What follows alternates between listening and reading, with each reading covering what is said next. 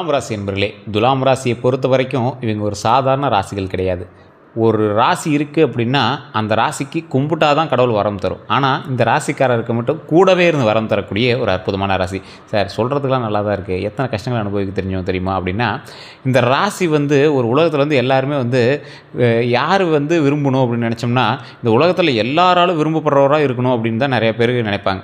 ஆனால் சண்டை பிடிக்காதவர்களா, சமநிலை காக்கக்கூடிய மனிதர்களா, நீதியையும் உண்மையும் பிடித்து வாழ்பவர்களாக இருக்கக்கூடிய ராசிகள் யார் அப்படின்னு பார்த்திங்கன்னா இந்த துலாம் ராசிக்காரர்கள் தான். இந்த துலாம் ராசியோட வாழ்க்கையில் எப்படி இருக்க போகிறோம், என்னெல்லாம் சந்திக்க போகுது அப்படிங்கிற எல்லா விஷயத்தையுமே இப்போ நான் சொல்ல போகிறேன். துலாம் ராசி அப்படிங்கிறது சுக்கிரனுடைய கிரகம் அப்படின்னு சொல்லுவாங்க, கிரக அதிபதி அப்படின்னு சொல்லுவாங்க. தத்துவம் காற்றினுடைய தத்துவம், அடையாளம் தராசு. இப்போ எப்படி பேலன்ஸ் பண்ணி ஒரு தராசு நிற்குமோ அது மாதிரி சமநிலை தவறாத ஒரு ஆள். உங்களோட வாழ்நாள் முழுக்க உங்களுக்கு முக்கியமான மந்திரம் சமநிலை தான். இந்த ராசிக்காரர்கள் குலதெய்வத்தினுடைய டைரக்ட் அருள் பெற்றவர்கள். குலதெய்வத்தினுடைய அருள்னா எப்படி சார் அப்படின்னா, எல்லா ராசிக்காரருக்கும் இந்த மாதிரி இன்டிமேஷன் கிடைக்குமான்னு தெரியாது. ஆனால் அந்த துலாம் ராசிக்காரர்களுக்கு ஏதோ ஒரு விஷயம் நடக்கிறதுக்கு முன்னாடி ஒரு நன்மையோ தீமையோ ஒரு நல்ல ஒரு இன்டிமேஷன் உங்களுக்கு கொடுத்துரும். அந்த இன்டிமேஷனை உங்களால் கெஸ் பண்ண தான் முடியாதே தவிர, ஒரு சிலர் ரொம்ப நல்ல ஒரு வயது ஆனவங்க, நல்ல எக்ஸ்பீரியன்ஸ் பர்சன்லாம் ஈஸியாக கெஸ் பண்ணிடுவாங்க. இதுக்காக தான் அந்த இன்டிமேஷன் கடவுள் கொடுக்குது அப்படிங்கிற மாதிரி செஞ்சு கொடுத்துருவாங்க. ஆனால் இந்த துலாம் ராசிக்காரர்களில் ஒரு சிலருக்கு அந்த இன்டிமேஷன் காட்டியுமே அவங்களால கண்டுபிடிக்க முடியாமல் தான் இருந்திருக்கு. இதுக்கு தான் அப்படி சொன்னிச்சா, இதுக்கு தான் அப்படி ஒரு விஷயம் நடந்துச்சா அப்படிங்கிற மாதிரி கண்டுபிடிக்க முடியாமல் இருந்திருக்கும். அதை ஓரளவுக்கு நல்ல எக்ஸ்பீரியன்ஸ் பர்சன் கண்டுபிடிச்சிருவீங்க. இந்த ராசிக்காரருக்கே உண்டான ஒரு நல்ல குணாதிசயங்கள், நல்ல பண்புகள் அப்படின்னு சொல்லலாம். எல்லாரையும் சமமாக பார்க்கக்கூடிய மனசு. துலாம் ராசிகள் யாரையும் தாழ்த்தி பார்க்க மாட்டாங்க. சாதியாக இருக்கலாம், பணமாக இருக்கலாம், பதவியாக இருக்கலாம், எதுவுமே இவங்களுக்கு முக்கியம் இல்லை. மனசு நல்லா இருந்தால் போதும் அப்படிங்கிறது தான் இவங்களோட வாழ்க்கையோட மிகப்பெரிய தத்துவம் அப்படின்னு சொல்லலாம். இந்த ராசிக்காரர் வாழ்நாளில் மிகப்பெரிய உத்தமகராக வாழ்ந்து கொண்டு இருக்கக்கூடிய ராசி, மிகப்பெரிய ஒரு தத்துவவாதி அப்படின்னு சொல்லுவாங்க, மிகப்பெரிய ஒரு வளர்ந்து கொண்டு இருக்கக்கூடிய அற்புதமான ஒரு ராசி அப்படின்னு சொல்லுவாங்க. சண்டை பிடிக்காதவர்கள். ஒருத்தர்கிட்ட சண்டை போடுறோம், இல்லை தேவையில்லாமல் சண்டைக்கு ரெடி ஆகிறோம் அப்படின்னா இந்த ராசிக்காரெலாம் அப்படி ஒரு ஆளே கிடையாது. ஏன்ப்பா உன்ட்டெலாம் சண்டை போட்டு என்னோடய தரத்தை நான் குறைச்சிக்கணும் விரும்பலை அப்படிங்கிற மாதிரி சொல்லுவாங்க. இந்த ராசிக்காரர்கள் சண்டையை வெறுப்பாருங்க. இந்த ராசிக்காரனுடைய வாழ்க்கையில் மிகப்பெரிய பயம் என்ன தெரியுமா, உறவுகள் உடைதல். உறவுகள் உடைஞ்சால் இவங்க மனசு கஷ்டப்படும். உறவுகள் உடையக்கூடாது அப்படிங்கிறதுல ரொம்ப எச்சரிக்கையாக இருப்பாங்க. கோவத்தில் திட்டுவாங்க, மிரட்டுவாங்க, அடி கூட அடிச்சிருப்பாங்க. ஆனால் அந்த உறவுகள் உடையக்கூடாது அப்படிங்கிறதுல ரொம்பவும் அக்கறையோடு இருப்பாங்க. அதனால் அவங்க சமாதானம் செய்வாங்க, மன்னிப்பாங்க, எல்லா விஷயத்தையும் தாங்கிக்குவாங்க. இதுதான் எங்களுடைய பலவீனமும் மாறிடுச்சு. ஒருத்தங்கிட்ட ஒரு விஷயத்துக்காக நீங்கள் சண்டை போடுறீங்க, ஆனால் அவன் உறவு போயிடக்கூடாது அப்படின்னு நீங்கள் இறங்கி போகும்போது என்னாச்சு, அது உங்களோட பலவீனம் தானே. ஸோ அந்த மாதிரி ஆயிடுச்சு. கலை உணர்வு அதிகமாக உள்ள ராசிக்காரர்கள். சுக்கிரன் அப்படிங்கிறது கிரக ஆதிக்கம் அப்படிங்கிறது ஒரு விஷயத்தினுடைய வெளிப்பாடு, ஒரு விஷயத்தினுடைய அழகினுடைய வெளிப்பாடு, ஒரு கலையினுடைய வெளிப்பாடு, இசையோட வெளிப்பாடு, சினிமாவினுடைய வெளிப்பாடு, கலைத்துறை, கலையோட வெளிப்பாடு, அழகோட வெளிப்பாடு, டிசைனோட வெளிப்பாடு. நீங்கள் எந்த மாதிரி நீங்களாம் ஒரு புதுசாக க்ரியேட் பண்ணுறீங்களோ அதுக்கு எல்லாத்துக்கு காரணம் சுக்கிரன் உங்கள்கிட்ட நல்லா இருக்குது அப்படின்னு தான். கலைத்துறையில் ஒருத்தர் சிறந்து வராங்க அப்படின்னா சுக்கிரன் நல்லா இருக்குது அப்படின்னு தான். லக்ஸுரியான லைஃப் வாழ்ந்துருக்காங்கன்னா சுக்கிரன் நல்லா இருக்குது அப்படின்னு தான். லக்கினம் ஒரு விஷயத்தில் லக்கினம் ராசி எல்லாமே நல்லா இருக்குது, கிரகநிலை அமைப்பு நல்லா இருந்தால் மட்டும்தான் அந்த லைஃப் மேன்மைக்கு வருமா இல்லையாங்கிறது கண்டுபிடிக்க முடியும். இந்த சுக்கிரன் வண்டிகளை சுத்தமாக வச்சுருந்தீங்க அப்படின்னா சுக்கிரன் எல்லாருக்குமே இன்னும் கொஞ்சம் பெஸ்ட்டாக பண்ணி கொடுப்பார். நீங்கள் பயன்படுத்தக்கூடிய வாகனங்கள், காரோ பைக்கோ சுத்தமாக வச்சுருந்தீங்க அப்படின்னா சுக்கிரனுடைய ஆதிக்கம் இன்னும் அதிகமாக இருக்கும்.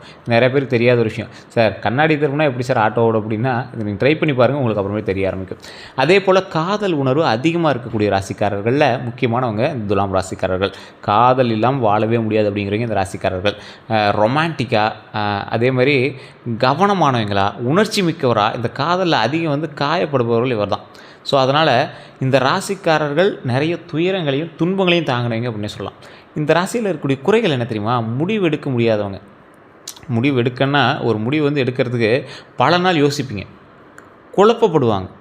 ஓ இப்படியா இருக்குமா, அதை பண்ணலாமா, இதை பண்ணலாமா, இப்போ பேசுகிறோம் டக்குன்னு அதே மாற்றி சொல்லுவாங்க. இல்லை அன்றைக்கி அப்படி தான் இருந்துச்சு, சரி இது பண்ணால் நல்லதான் அப்படிங்கிற மாதிரி சொல்லுவாங்க. இதுமாதிரி வாழ்க்கையில் நிறைய வாய்ப்புகள் தவறு இருக்குது. அது காரணம் நீங்கள் முடிவு எடுக்கிறது லேட்டாக எடுத்ததுனால தான். அதே மாதிரி எல்லாரையும் நம்பும் பழக்கம். துலாம் ராசிகர்கள் துரோகம் அதிகமாக சந்திப்பாங்க. ஏன் தெரியுமா, எல்லாருக்கும் நல்லவர்கள் அப்படின்னு நினச்சிக்கிறாங்க. எல்லாரும் நல்லவர்கள் அப்படின்னு நினைக்கிறது தப்பு, நீங்கள் எல்லாருக்கும் நல்லவங்களாக இருக்கணும் அப்படின்னு நினைக்கிறது தப்பு. அதை ஃபஸ்ட்டு மைண்டில் ஞாபகம் வச்சுக்கோங்க. இதனால தான் நீங்கள் அதிகமாக துரோகங்களை சந்திச்சிங்க அப்படிங்கிறத மைண்டில் நல்லா ஞாபகம் வச்சுட்டு உங்களோட வாழ்க்கையை மூவ் பண்ணுங்கள்.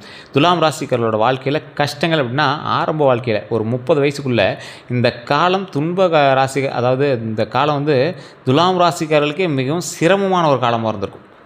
சந்திக்கக்கூடிய பிரச்சனைகள் எல்லாம் நிறைய இருந்திருக்கும். அதில் முக்கியமானது என்ன தெரியுமா, குடும்ப பிரச்சனை, பணத்தட்டுப்பாடு, நண்பர்களோட துரோகம், காதலோட தோல்வி. இது ஒவ்வொருத்தருக்கும் ஒவ்வொன்று நடந்துடலாம். ஒரு சிலருக்கு 4மே நடந்திருக்குதான் வாய்ப்புகள் இருக்குது.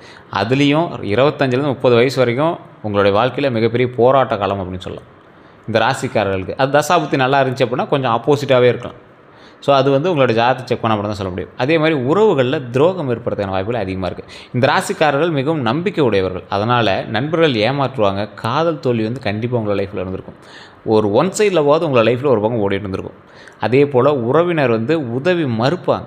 நீங்கள் ஒரு விஷயத்துக்காக கேட்பீங்க, அந்த உதவியை வந்து அவங்க மறுப்பாங்க. இது வந்து துலாம் ராசிக்கே உண்டான ஒரு மிகப்பெரிய ஒரு விஷயம். திரும்பி நீங்கள் எங்கிட்ட போய் பேசுவீங்க. அதுதான் உங்களோட நல்ல குணம், குழந்தை குணம், குழந்தை மனசு அப்படின்னு சொல்கிறது. வாழ்க்கையில் குறைந்தது 2 பெரிய துரோகத்தையாவது நீங்கள் கண்டிப்பாக அனுபவிச்சு ஆகணும். இது துலாம் ராசிக்கே உண்டான ஒரு விஷயம். இது நீங்கள் எத்தனை பேர் இதெல்லாம் உண்மை அப்படிங்கிறத மட்டும் கமெண்ட் செக்ஷனில் பதிவிடுங்க. கண்டிப்பாக ஒரு குறைந்தது 2 இதாவது உங்களோட லைஃப்பில் நீங்கள் சந்திப்பீங்க அப்படிங்கிறது ஒரு இது. ஆனால் அந்த துரோகங்கள் எல்லாம் உங்களை பெருசாக அட்டாக் பண்ணுமா இல்லை கம்மியாக அட்டாக் பண்ணுமாங்கிறது அந்த துரோகத்தை பொறுத்து இருக்குது. பணப்பிரச்சனை காலம் அப்படின்னு சொல்லுவாங்கள்ல, இந்த ராசிக்காரர்களுக்கு பணம் சம்பாதிப்பாங்க, ஆனால் சேமிக்க முடியறதில்ல. ஏன் அப்படின்னா உதவி செய்வீங்க, எல்லாத்துக்கும் உதவி செய்வீங்க. அது 10 ரூபா 20 ரூபா தான். கம்பேர் பண்ணி அந்த மந்தோட எண்டில் பார்க்கும்போது வேறு லெவலில் இருக்கும். செலவு அதிகமாக பண்ணுவீங்க. திட்டமிடல் குறைவு உங்கள்கிட்ட. திட்டமிடல் குறைவுன்னா ஒரு விஷயத்துக்கு பிளான் பண்ணுறீங்க அப்படின்னா அது ரொம்ப கம்மி உங்கள்கிட்ட. வாழ்க்கை எப்போ அது மாறும் அப்படிங்கன்னா 30 வயசுக்கு பிறகு பெரிய திருப்பம் உங்களோட வாழ்க்கையில் உண்டாகும். நிறைய பேர் இருப்பீங்க, அதுக்கு அதிக வயசே இருப்பீங்க. சார் ஒன்றும் பெருசாக என்ன தெரியலையே சார் அப்படின்னா தசாபுத்தி ஃபஸ்ட்டு செக் பண்ணுங்கள் சார், தயவு செய்யுன்னு சொல்கிறேன். உங்களோட லோக்கலில் இருக்கக்கூடிய ஜோதிடர்கிட்ட கொண்டு போய் கொடுங்க உங்களோட ஜாதகத்தை. அதே மாதிரி நான் தெளிவாக சொல்கிறேன், இப்போ நம்ம பார்த்துட்ருக்கீங்க அப்படின்னா இது வந்து கிட்டத்தட்ட ஒரு 120 கோடி பேர் இருக்காங்க. 140 கோடி பேருக்கு மேலே இருக்காங்களா நம்மளோட இந்தியாவில். இதில் கிட்டத்தட்ட ஒரு 12 கோடி பேராவது மினிமம் இருக்க மாட்டான் துலாம் ராசிக்காரர். ஸோ அப்போ நீங்கள் என்ன பண்ணணும், அந்த 12 கோடி பேருக்குமே எல்லாமே ஒரே ராசி தான். 12 கோடி பேருமே ஒரே மாதிரி நடக்குதானா? கிடையாது. காரணம் என்ன அப்படின்னா உள்ளே இருக்கக்கூடிய லக்கினம், தசாபுத்தி மற்ற எல்லாமே வேறு வேறு. அப்போ நீங்கள் என்ன தெரிஞ்சுக்கணும், உள்ளே உங்களுடைய ராசி, லக்கினம், தசாபுத்தி, நட்சத்திரம் இதெல்லாம் வேறு வேறாக இருக்குது. அப்போ உங்களுக்குன்னு ஒரு கேட்லாக் கொடுத்துருப்பாங்க, அதுதான் உங்களுடைய ஜாதகம். அதை வந்து லோக்கலில் இருக்கக்கூடிய ஜாதகர்கிட்ட கொடுத்து செக் பண்ணி அடுத்து என்ன தசாபுத்தி நடந்துருக்குது, அடுத்து என்ன பண்ணும், இந்த கிரகம் நகரும்போது உங்களுக்கு என்ன நல்லது நடக்கும், அது நகர்ந்து ஒரு இடத்துல அமைப்பாக உட்காரும்போது உங்களுக்கு என்ன நடக்கும், எந்த தசாபுத்தியில் நல்லது நடக்கும், எந்த தசாபுத்தியில் இருக்கும்போது குறிப்பிட்ட நாளில் உங்களுக்கு நல்லது நடக்கும். இதை ஃபஸ்ட் நீங்கள் தெரிஞ்சுக்கணும். இது நிறைய பேர் தெரிஞ்சிக்காம தான் பல சிக்கல்களை மாட்டிக்கிறீங்க. உங்களோட லோக்கலில் இருக்கிறவங்க சரியாக சொல்லலை அப்படிங்கிற பட்சத்தில் கீழே டிஸ்கிரிப்ஷன் நம்பர் கொடுத்தா அந்த நம்பருக்கு நீங்கள் ஃபோன் பண்ணி பேசி தெரிஞ்சிக்கலாம். இல்லை சார் அது ஒரு வேளை இதெல்லாம் இதாக இருக்கும் அப்படின்னா நீங்கள் இது வந்து ப்ரொமோஷன் ஆக்டிவிட்டியாக எடுத்துட்டாலும் பரவாயில்ல தான். இது வந்து கிட்டத்தட்ட ஒரு 200 ஜோதிடர்களுக்கு ஆசான். அது கொஞ்சம் ஃபீஸஸ் அதிகமாக தான் இருக்கும். விவிஐபி தான் அவர். ஸோ விவிஐபி ஜோதிடர் தான். வெளிநாட்டிலேருந்து பார்க்குறீங்க பார்த்தாலும் யாரும் பார்த்தோம் அதுக்கு தகுந்த மாதிரி தான் எல்லாமே இருக்கும். அப்பாயின்மெண்ட் பேசிஸில் மட்டும் தான் ஜோதிடம் பார்ப்பாங்க. வெயிட் பண்ணி தான் பார்க்குற மாதிரி இருக்கும். இது தெளிவாக முன்னாடியே சொல்லிடுறோம். உங்களுக்கு இன்ட்ரெஸ்ட் இருந்தால் மட்டும் நீங்கள் போய் பார்க்கலாம். ஏன்னா நிறைய பேர் வந்து யூடியூப்பில் சொல்கிறதெல்லாம் வச்சு இப்படியா அப்படியாங்கிறதில்ல. இது இப்போ நான் சொல்கிறேன் அப்படின்னா இது வந்து ஒரு 60% தான் உங்களுக்கு சரியாக இருக்கும். நான் ஓப்பனாக சொல்கிறேங்க, யார் வீடியோ போகிறீங்க அப்படி சொல்ல மாட்டாங்க. காரணம் என்ன அப்படின்னா இது வந்து ஃபுல்லாக நீங்கள் பார்க்குறது வந்து ஓவரால் ராசிக்கான பலன், உங்களுடைய ஜாதகத்துக்கான பலன் இல்லை. ராசி அப்படிங்கிறது 12 கோடி பேர்த்துக்கு பொருந்தும். 12 கோடி பேர்த்துக்கு இது எல்லாமே பொருந்துமானா பொருந்தாது. ஏன்னா நீங்கள் பிறந்த ராசி மட்டும்தான் ஒன்று, நட்சத்திரம் வேறு, தசாபுத்தி வேறு, லக்கினம் வேறு, உங்கள் கூட இருக்கக்கூடிய நபர்கள் வேறு, உங்களுடைய தசாபுத்திகளில் வேறு வேறு ஆக்சிஸ் வேறு, நீங்கள் பிறந்த லொக்கேஷன் வேறு, பிறந்த நாள் வேறு, பிறந்த நேரம் வேறு, பிறந்த வினாடி வேறு, உங்களோடு இப்போது பிரயாணிக்கக்கூடிய மற்ற ராசிகள் எல்லாருமே வேறு வேறு. அதுக்கு தகுந்த மாதிரி தான் உங்களோட வாழ்க்கை நடந்திருக்கும். இப்போ நீங்கள் எந்த ஊரில் இருக்கீங்கிற பொறுத்த வரைக்கும் உங்களுக்கான இது நடக்கும். ஏன்னா இந்த காலகட்டத்தில் நீங்கள் இந்த கோயிலுக்கு போய்டுவாங்க அதுன்னு சொல்கிறாங்கல்ல, அந்த மாதிரி நான் சொல்கிறேன். அதே போல் இந்த ராசிக்காரர்கள் வாழ்க்கையில் எப்போ சார் அதிர்ஷ்டம் பிறக்கும் அப்படின்னா 30 வயசுக்கு பிறகு பெரிய திருப்பங்க. 30க்கு பிறகு அதிர்ஷ்டம் தொடங்கும், பணவரவு அதிகரிக்கும், மரியாதை வந்து கிடைக்கும், வாழ்க்கையில் நிலை மாறும். லேட் சக்ஸஸ் சைன் அப்படின்னு சொல்லுவாங்க. சார் இன்னும் உங்கள் ஒரு சிலருக்கு இன்னும் அது கிடைக்கல அப்படின்னா நிதானம், உங்களுடைய தசாபுத்திகள் செக் பண்ணுங்கள், ஜாதகத்தை செக் பண்ணுங்கள். ஏன்னா இந்த காலகட்டத்தில் உங்களுக்கு கிடைச்சிருக்கணும். கிடைக்கல அப்படின்னா உங்களோட ஜாதகத்தில் தான் எரர்னு சொல்லுவாங்க. ஸோ எரரை நீங்கள் சரி பண்ணிடலாம்.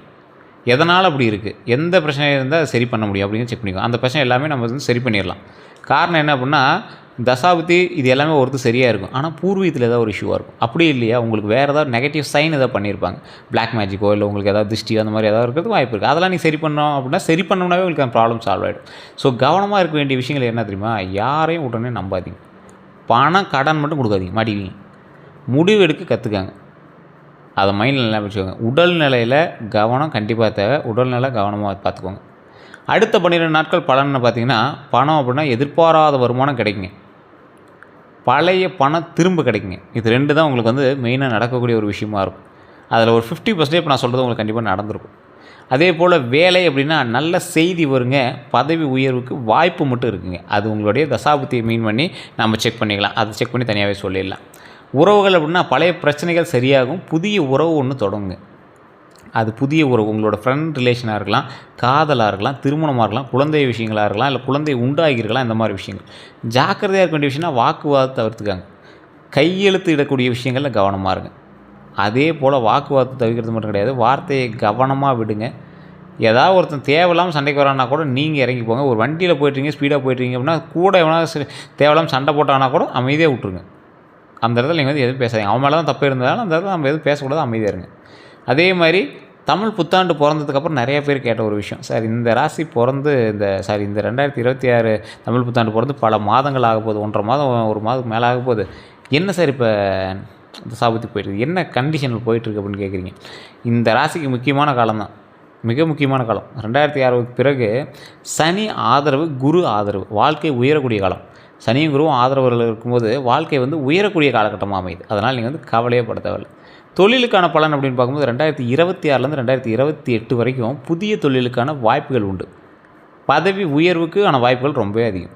வெளிநாட்டு வாய்ப்புகள் ரொம்ப அதிகம். சிறந்த துறைகள் ஐடியில், மீடியாவில், பிஸ்னஸில், பியூட்டி ஃபேஷன்ஸில் இந்த மாதிரி விஷயத்தில் தொழில் உச்சம் வரும். ஸோ இதில் என்ன அப்படின்னா ஐடி, மீடியா இந்த மாதிரி விஷயங்கள் எல்லாமே உங்களுக்கு ஒரு பார்ட்டாவது ஒரு காலாவது வச்சுட்டு வருவீங்க. மீடியாங்கிறது பெரிய மீடியான்னு கூட சொல்ல, சோசியல் மீடியாவிலையாவது நீங்கள் ஓரளவுக்கு உள்ளே போயிட்டா வெளியே வரீங்க. அந்த மாதிரி ஒரு காலகட்டமாக இருக்கும். இந்த ராசிக்காரர்களுக்கு பண யோகம் உண்டு. 2026க்கு பிறகு வீடு வாங்கக்கூடிய யோகம் இருக்குது, நிலம் வாங்கக்கூடிய யோகம் இருக்குது, சேமிப்பு அதிகரிக்கக்கூடிய ஒரு யோகம் உண்டு. ஸோ அதனால் அந்த காலகட்டத்தில் நீங்கள் கவலைப்பட தேவையில்லை. திருமணம் அப்படின்னு பார்க்கும்போது திருமணம் தாமதமாக ஆகும். ஆனால் நல்ல துணை கிடைக்கக்கூடிய ராசி இந்த துலாம் ராசிக்கு தான். திருமணம் ஆனவங்களுமே யோசிக்கலாம், திட்டுவீங்க, சண்டை போடுவீங்க, அடிப்பீங்க. ஆனால் அந்த ஆளை தவிர உங்கள் யாரும் மெயினாக கரெக்டாக பார்த்துக்க முடியாது. உங்களை மாதிரி அந்த ஆளையும் யாராலையும் பார்த்துக்க முடியாது. ஸோ அப்போ ஞாபகம் வச்சுக்கோங்க, திருமண யோகம் உங்களுக்கு உண்டாகக்கூடிய காலகட்டம். திருமணம் ஆகாமல் தவிச்சிருக்குங்க. 2006லேருந்து 2028 2026லேருந்து 2028 வரைக்கும் மிகச்சிறந்த காலமாக இருக்குதுங்க. கவலைப்பட தேவையில்லை. குழந்தை பாக்கியத்துக்காக வெயிட் பண்ணுறீங்க. குழந்தை யோகம் உறுதி, கண்டிப்பாக உண்டு. குழந்தைகள் மூலம் பெருமை உண்டு. இந்த காலகட்டத்தில் கல்வியில் பிரகாசமாக இருக்கும், கவலையப்பட தேவையில்லை. ஸோ குழந்தை இல்லாதவர்களுக்கு இந்த டைம் யோகம் உண்டு. அதை மயில் ஞாபகம் வச்சுக்கோங்க. கண்டிப்பாக கோவில் வழிபாடு, குலதெய்வ வழிபாடு கண்டிப்பாக தேவை. அதை மயில் ஞாபகம் வச்சுக்கோங்க. உடல் நலம் கவனிக்க வேண்டிய ஒரு விஷயமா இருக்குதுங்க. மன அழுத்தம்லாம் உங்களுக்கு இருந்துச்சு அப்படின்னா தயவுசெய்து ஏதாவது கோயிலுக்கு போயிட்டாங்க, ட்ரிப்பு போயிட்டாங்க, ஃப்ரெண்ட்ஸோட போயிட்டுவாங்க. சார் அவங்களோட போனாதாச்சும் தேவையில்லாமல் டென்ஷன் ஆகுது அப்படின்னா கொஞ்சம் ஜாலியாக இருக்கிறதுக்கு ட்ரை பண்ணுங்கள். அவங்களோட போயிருந்தால் மைண்ட் ரிலாக்ஸ் ஆகும். சர்க்கரையை செக் பண்ணிக்கோங்க. ஹார்மோன் பிரச்சனைகளை செக் பண்ணிக்கோங்க. தூக்க குறைவை கரெக்டாக சரி பார்த்துட்டு நல்லா தூங்கி எழுந்திரிங்க. இதுதான் உங்களுக்கு முக்கியமான ஒரு விஷயமா வரக்கூடிய காலகட்டத்தில் தேவைப்படுதுங்க. அதே போல் இந்த ராசிக்காரர்களுக்கு ஒன்று தெளிவாக சொல்கிற நோட் பண்ணிக்கங்க. வாழ்க்கையை உங்களுக்கு மெயினான ஒரு விஷயமாக பார்க்கணும்னா துலாம் ராசியோட வாழ்க்கை 30 வயசு வரைக்கும் நீங்கள் போராட்ட காலத்தில் தான் இருப்பீங்க. 30 to 45 வயசு வரைக்கும் வளர்ச்சி காலம்.